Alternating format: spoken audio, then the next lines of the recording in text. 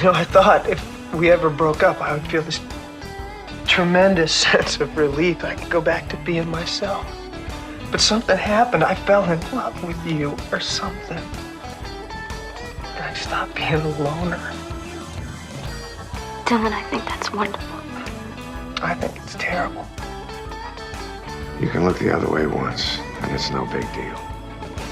Except it makes it easier for you to compromise the next time. And pretty soon, that's all you're doing is compromising because that's how you think things are done. It's the Al Travis Show. We've got the Assistant Minority Leader from the Senate, Julia Coleman. Senator, thanks for coming on the show. Hey, thanks for having me back. Let me ask you, because we'll be beyond that before I get you back in here. Coleman, you've got kids, small children, smaller, I guess I should say, minor graduate. Halloween, cool time for y'all? Do you enjoy the holiday? Fun. They're a little too excited this week. So it's been a lot of energy, but I have 3 boys. It's always energy all the time. See, I did as well, and that's good news, bad. Are the twins the oldest, and then there's a third, or is the oldest a single? The oldest is 6. The twins are 4.5. See, this is where with 3 boys, the older one messes them up. So as they get into the things like at 6, Halloween's your thing, right? They're talking about it at school. They're doing their thing. So you start kind of planning your stuff out, and that drags the 4.5-year-olds along, where if you didn't have the older brother, they're just like, oh, Halloween's coming up, not a big deal. You're going to watch this, and I hate to scare you. You watch this as that oldest one gets in like 3rd, 4th, 5th grade, and the kids are planning on diabolical things for the holiday. That just brings those younger ones up faster. It gets scary. So this goes. How far is mom into this? Are they coming to you saying, I want to be, and I don't even know what's cool anymore, Jedi Knight? I have a bad parenting story because oh no. My oldest said he wanted to be the character Ghostface from the Scream franchise. Oh, okay. I said, how do you know what this character is? I've never let you watch this movie in your life. To which I found out, he says, well, mommy and daddy were watching it and I snuck down and watched it on the stairs. That's how he found his Halloween costume. I give him credit, because to watch that at 6 years old would scare the bejesus out of me. Yeah, I know. Okay, so he's got his, and now your 4.5-year-olds, after they see him with that one next year, will like, I want to do something scary. I love this holiday for my kids, but I did see the older one mature the younger one so much faster in what they had to be. Just get ready for it. That's all I'm throwing. I'm not gonna ever be ready for what these children are throwing at me, but I'll handle it. You will. All right. On a more political note, I don't know if you saw Jim Noble's letter to the editor commentary for the Star Tribune. He was the old, don't mean this in a bad way, the old legislative auditor. And former, thank you. Yeah, thank you. You should do radio. The former legislative auditor who had done it for 30 plus years. I mean, this guy had been here for everybody. So, I mean, it's not like they don't know who he is and then he's rock solid, right? He wasn't there for 2 years, got out and had some beef with somebody. What was your take from that letter? Did you read it? I did. It's hard, right? Because you don't want to speak ill of the dead. Well, and he brought up at the time Speaker Hortman's name. That's what she was at the time. That's the only name he put in. I'm not ripping him. I get it. That's not going to necessarily affect much. But there were other spots where names could have come out. Committee chairman this, committee chairman that, and it just said committee chairman. Why not put the names in? Why not tell me who the person was that said on high, we don't want any of these OLA reports to come out? Those names were all missing except for Hortman's. I don't disagree, but he put her name out there. When I read that letter, my jaw dropped. I mean, to tell somebody to be less harsh on a group simply because they're perpetrating fraud at a more frequent rate is ridiculous. It's ridiculous. I want all fraud called out in this state, regardless of who's perpetrating it.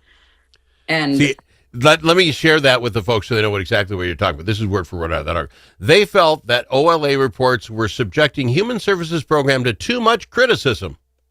I paused because what? And then particularly programs administered by Somali community organizations. If the OLA went after Somali community organizations to try to catch them, I would agree that would be wrong. But the OLA goes out to find things going wrong, finds a pocket in this community. I don't care if it's the Catholic Charities. I don't care if it's the Lutheran Brotherhood. If it's the mafia, I don't really care. But to say we shouldn't look into it because it seems to be amassing in one spot, seems to me it'd make it a little easier to get because it's all in one spot. I 100% agree. We need to call out all fraud. I really don't care who's perpetrating it. I just want it to stop. In particular, which I know I've mentioned to you before, when we're cutting money from nursing homes and we're cutting money from special education, and then we're seeing all of this fraud going on. And Jim Nobles also mentions in that article that the agencies are ignoring common sense approaches to preventing it from happen. I mentioned on your program before, I had a bill and an amendment that said, look, before we dole out dollars for these people that claim to be feeding people or housing people or taking care of children with autism, we just need to make one site visit before we approve it. And that got voted down. See, well, the common sense stuff. This is what got me in that letter, and you tell me if this is pretty normal. So OLA gets a list of things that senators and representatives say we'd like you to look into. They get more than they can look into, so they take the top 10. I don't know how many they take. They go and investigate, which is what we're paying this group, which I found out is 30-some plus people. We're paying them to go do this for us. Then they come back and go talk to the speaker, go talk to the head of the committees and say, our report for you is done. And is it really normal that chairperson can say, no, I don't like the way this goes? One said the references were unnecessary and harmful. That we can bury this, that it doesn't get a committee hearing. We don't bring it up. I find that unfathomable. I would have to imagine that it is not normal. I mean, granted, I came into the Senate shortly after the Feeding Our Future fraud came to light. So for me, all of this fraud, unfortunately, that I'm seeing is just a regular part of my job. But I would have to imagine that within the last decade, that this is not normal behavior, and that good statesmen, regardless of if there's a D or R behind their name, want it all called out, particularly in a time when we are dealing with a really hard budget. We would want to prevent any dollar from being wasted. From being wasted. And so, yeah, the letter Jim Nobles wrote was incredibly frustrating to hear. Well, and again, Horman evidently acknowledged that the House committee chairs had been instructed not to give those OER reports about fraud any public meetings. Who would tell Hortman, the speaker at the time, and the chairs of these committees, the most powerful people in our government, if you will, who would be the one to say that? I want that name. I want the paper to go and do an article tomorrow and say, by the way, in that article that Nobles wrote or in his commentary, these are the people he's speaking of. Why do we not know that? I want to know who told those committee chairs don't do it, because here's the problem. Even if it's nothing but nastiness, this program has this, and this wrong, and they don't want to listen to it. I get it. But the OLA also comes up with, this is how we suggest you could stop it. These are our ideas. Wouldn't you start with just that as a minimum? Why waste my money on OLAs if we're not going to listen? Well, that's a very valid point. And I would hope that Minnesota media would have enough gumption to try to figure that out. I know they would if it were a Republican governor or a Republican speaker. And so I hope that they do investigate it. But, after 5-ish years, I'm not holding my breath. I'm not very optimistic about this happening. But you're absolutely right. Like, we should know who prevented the public from getting this information, who prevented us from looking further into this.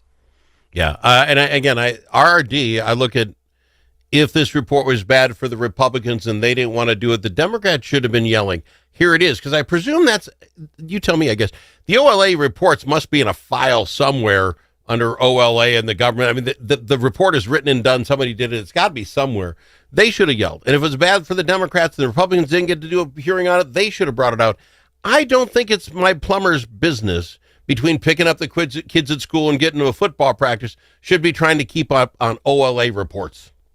That's not why we're here. You're absolutely right. And so this is where we need that, unofficial branch of government, which is the press.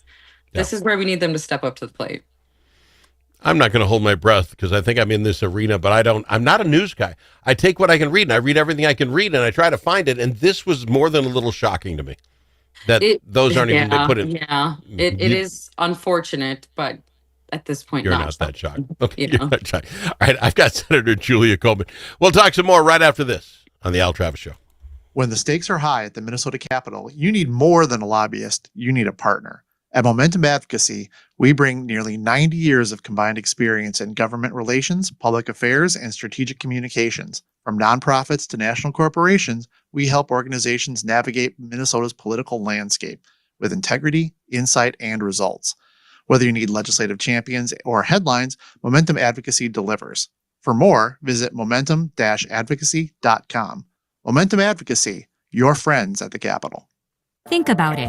A famous politician once said, "You're entitled to your opinion, but you are not entitled to your own facts." But in a world full of AI and fake news, where can Minnesotans find the facts? Center of the American Experiment is Minnesota's go-to source for fact-based analysis and common sense solutions for taxes, energy, public safety, and our kids' education. Visit AmericanExperiment.org for more information. Think About It is brought to you by Center of the American Experiment, Minnesota's think tank.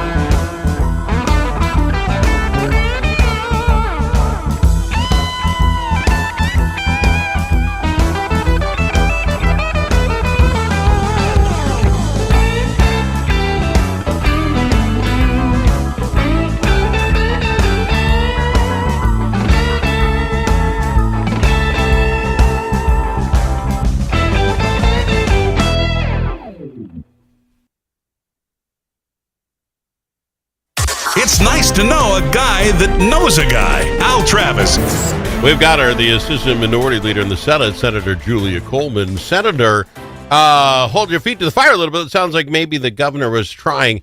He went out and decided he was going to have some gun gatherings, town halls, to get people whooped up in districts he thought he could force the people there to vote the way he'd like to if we had a special session on gun laws, on gun legislation. He had one in your district. That affect you? Well, he had one a couple blocks from my home, and that doesn't bother me whatsoever. I don't shy away from tough conversations. What bothers me is the chair of the DFL in Minnesota is saying that Senator Coleman refused to attend. Meanwhile, I got the invitation, I think a day or two before the event, where I said, "Thank you so much for inviting me. I am unfortunately in Texas in a wedding party and cannot attend, but I hope the event's a great success. I would say there is a distinction between unable and refuse to attend, and that just confirmed for me what I've known all along, is that really truly for the governor and the DFL in Minnesota, this isn't about actually passing anything that would prevent mass shootings in our schools or gun violence. This is about playing political games and spinning a narrative. And after meeting some of the parents of the students at Annunciation, oh, that just breaks my heart because they deserve so much better than that. Yeah, there isn't going. The math just isn't there. It isn't mathing to get you anywhere with a special session, and now even with the money he wants to throw in for SNAP and foods. Great, go do it. Handle your business until February. We'll get it picked up. I want to ask you one other thing, kind of on this line. You say they had a gathering couple blocks from your home. How safe do you feel? The state patrol leader announced Monday that the agency is going to assign an investigator to exclusively handle threats, according to NPR, against elected officials. Since 2024 to 25, we went from 19 in a year to over 50 already threats to our politicians. How safe do you feel on a given? That, to me, that is an amazing number. One a week, and can one guy or gal keep up on 50 lunatics or sending threat messages out? We might need more. I think that I am liking the direction this is going, because prior to that, it was, well, if it's just a tweet, it's just a message, that's not really that bad.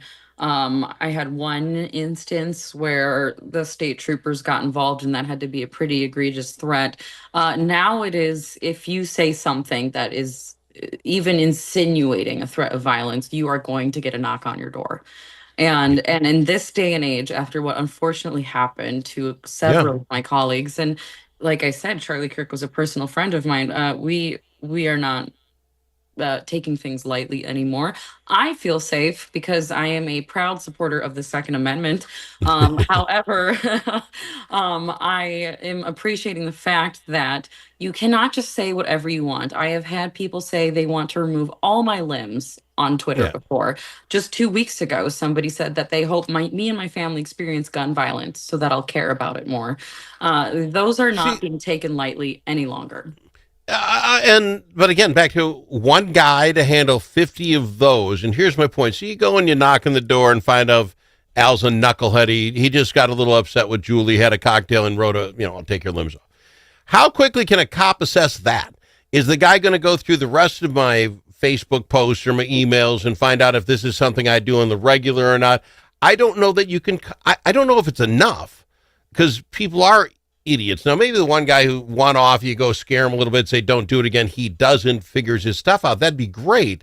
But does that make you feel safe? I don't know that that's enough for me. One guy, one a week. I mean, that's 50. We're going to have 60 if it keeps going at this pace. That doesn't seem like enough. That's where I'm throwing out. I want my friends like you safe. On that same line, if I can. The advisory committee. Oh, go ahead. I feel safer, I would say, for sure. And again, a lot of our personal safety is up to us, and I feel very well read in that. I'm glad. Space. But of that 50, I'm a handful of them, and it's unfortunate. And so I would recommend to people, take a deep breath before you say something online that you regret. Yeah. Fair enough. The other end of this is, how safe, or how the advisory committee on this Capitol safety have gotten back together.